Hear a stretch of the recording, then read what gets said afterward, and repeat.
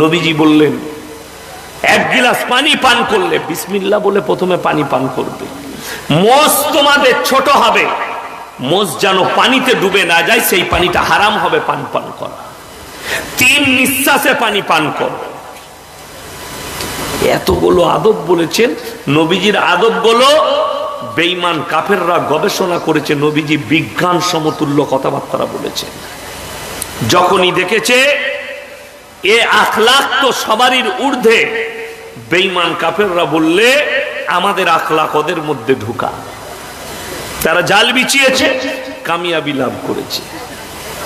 তা না হলে দিনই জলসা হচ্ছে, কোরআন হাদিসের আলোচনা চলছে, কোরআন হাদিসের কথা শুনবেন, মেলা বসবে কেন? আমাকে দাওয়াত দিবেন, আমি আপনাদের দাওয়াতের ভুকা নয়। আমি কামরায় শুয়েছিলাম, 3-4 জন এলো ডেটের লেগে। রোজার আগের দিন পর্যন্ত আমার ডেট খালি নাই, ওই জন্য গাঙ্গারডাই জলসা করতে হবে, এটা আমার জন্য মানে রাখে না।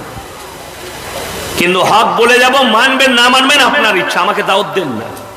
আমাদের মতো মৌলবীকে ডাকবেন না, আমি না।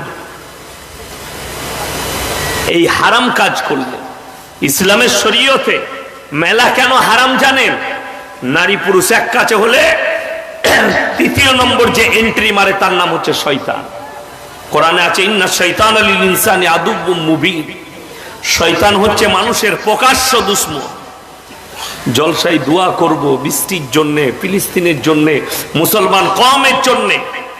যদি একদিকে দোয়া চলে আর এক জায়গায় মেলায় যদি জিনা চলে, আপনারা বলুন সেই জায়গায় দোয়া কবুল হবে না, খোদার গজব নাজিল হবে। রাগ করেন না, বাস্তব বলে যাচ্ছি, করবেন না। 10টা লোক জলসা শুনুন, প্রয়োজন নাই যারা শুনবে যেন মুমিনরা শুনে।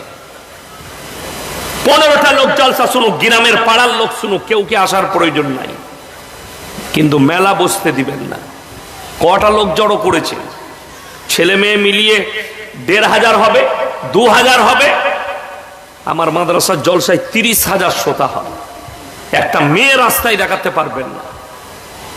আমি শওকতের বেটা চ্যালেঞ্জ ছুড়ে বলে গেলাম, জুতোর মালা পরবো, আমার মাদ্রাসার জলসায় আসবেন। এ তো আমাদের মাদ্রাসার ছাত্র, আমার আব্বার ছাত্র, জিজ্ঞেস করুন, আমার মাদ্রাসার জলসা হয়।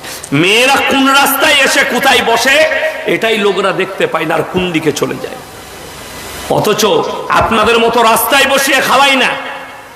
একটা মেয়েকে 1 কেজি করে একটা বিরিয়ানির প্যাকেট দেওয়া হয়, 100 টাকা কেজি চালের বিরিয়ানি। প্রত্যেকটা মেয়ের হাতে পৌঁছে যায়, তারা যেখানে বসে থাকে সেখানেই চলে যায়। অথচ কেউ দেখতেই পাই না। 40টা পুলিশ রাখি আমি। কোন রকমের দুর্নীতি হলে আল্লাহর কাছে জবাবদিহি আলেমরা।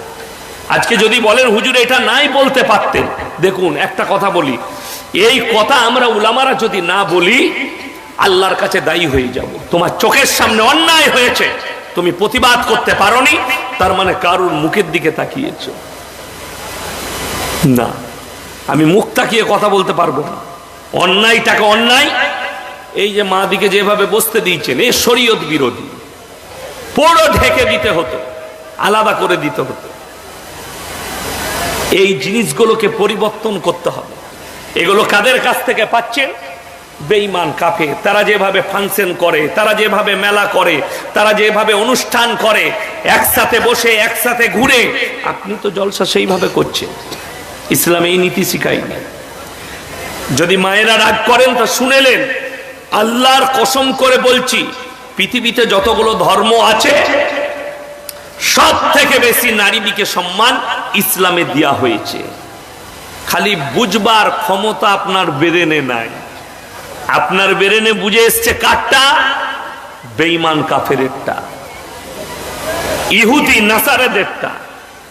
তসলিমা নাসরিন বলে দিল, শিক্ষিত লোকরা শুভেচ্ছা জানালো কি আমাদের দেশের পৃথিবীর বৈজ্ঞানিকরা চাঁদে যাচ্ছে, মুসলমানরা টুপি লাগিয়ে কোরআন নিয়ে পড়ে আছে। জোরে বলুন নাউজুবিল্লাহ। এত বড় ভাষা আমাদের জন্য বলেছে, কোরআনের জন্য। আর আল্লাহর কসম করে বলছি, গোটা পৃথিবী বায়োডেটার আল্লাহ কোরআনের মধ্যে ভরে দিয়েছে। গোটা পৃথিবীর বায়োডেটা, দুনিয়া শুরু থেকে শেষ পর্যন্ত কি হয়ে গেছে, কি হবে, কিয়ামতের সকাল পর্যন্ত কতগুলো পাপ আসবে, প্রত্যেকটা পাপকে ট্যাকেল দিবার জন্য কোরআন আর নবীজির হাদিস রেডি হয়ে আছে। জোরে বলুন সুবহানাল্লাহ।